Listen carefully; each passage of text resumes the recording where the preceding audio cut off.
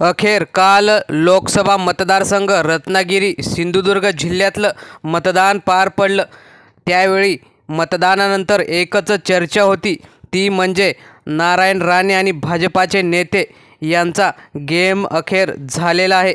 भाजप आणि शिंदे गटानेच त्यांचा कसा गेम केला आहे याची प्रचिती तेथील स्थानिक पत्रकारांनी सांगितली। नारायण राणे यांचं कोकणातील महत्त्व अगोदरच कमी झालं होतं, त्यांचं राहिलेलं महत्त्वसुद्धा आता शिंदे गट आणि शिवसेना ठाकरे गटाने कसं कमी केलं आहे ते तेथील स्थानिक पत्रकारांनी मांडल्यामुळे आता नारायण राणे यांना एकच चिंता आहे, ती म्हणजे 4 जूनला किती लाखाच्या मतांनी त्यांचा पराभव होणार। नेमकं झाले काय ते सविस्तर बघूया।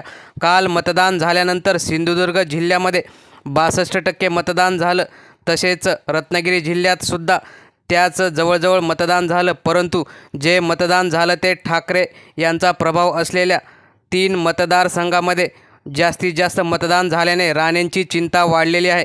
वैभव नाईक यांचा मतदारसंघ, तसेच राजन साळवी असतील किंवा विनायक राऊत यांचा जिथे दबदबा आहे तिथे जास्तीत जास्त मतदान झालं।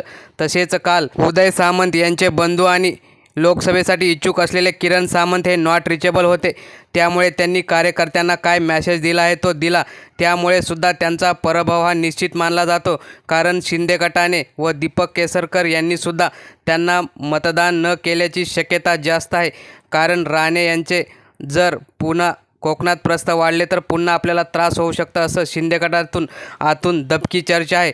त्यामुळे विनायक राऊत यांचा पुन्हा एकदा विजय होऊन ते हॅट्रिक करतील असा अंदाज राजकीय विश्लेषकांनी मांडला आहे। तर मित्रांनो, तुम्हाला काय वाटतं, विनायक राऊत आणि नारायण राणे यांच्यात कोण